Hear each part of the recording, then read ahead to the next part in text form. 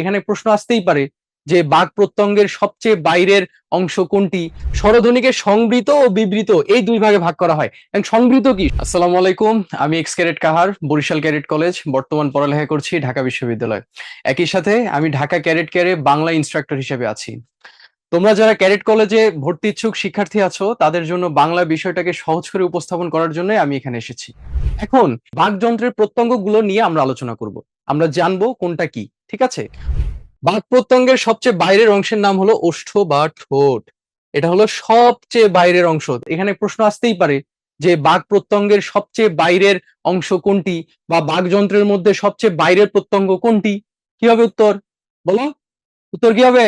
উত্তর হবে ঠোঁট। বুঝতে পারছো? আচ্ছা, ওষ্ঠের মধ্যকার ফাঁকের কম বেশির ভিত্তিতে স্বরধ্বনিকে সংবৃত ও বিবৃত এই দুই ভাগে ভাগ করা হয়। এখন ঠোঁটের মধ্যকার ফাঁকের মানে কিছু ধ্বনি আমরা উচ্চারণ করি ই, ও, উ। দেখো, আমাদের এই ঠোঁটের যে ফাঁকটা, এটা কি কম বেশি হচ্ছে না? আবার উচ্চারণ করছি আ, অ, এ। দেখছো ঠোঁটের কি মানে এই ফাঁকের কম বেশি হচ্ছে? হচ্ছে। তো এটার উপর ভিত্তি করে স্বরধ্বনিকে সংবৃত ও বিবৃত এই দুই ভাগে ভাগ করা হয়। এবং সংবৃত কি? সংবৃত মানে তোমার ঠোঁটটা যখন গোল হয়ে আসবে, কাছাকাছি আসবে, সেটা হলো সংবৃত। আর যখন এটা খুলে যাবে, যত বেশি খুলবে তত বিবৃত। বুঝতে পেরেছো?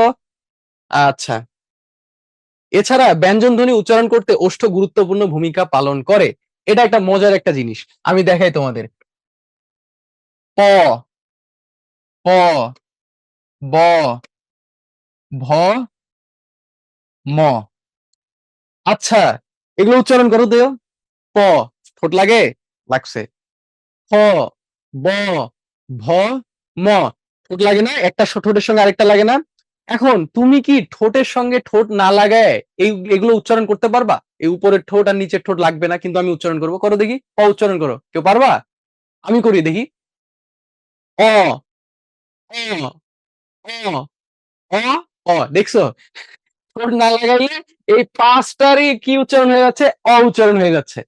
কিন্তু যখন আমি ঠোঁট লাগাচ্ছি, তখন আমি সুন্দর করে বলতে পারতেছি প, প, ব, ভ, ম। তাই না? তাহলে ঠোঁটের দরকার আছে কিনা? অবশ্যই দরকার আছে। এখন নাসিকা। নাসিকা কি?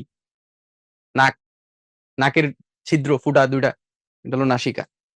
আচ্ছা, মুখ গহ্বরের পাশাপাশি নাসিকা বা নাকের ছিদ্র দিয়ে বাতাস বের হয়ে ধ্বনি উৎপন্ন হয়।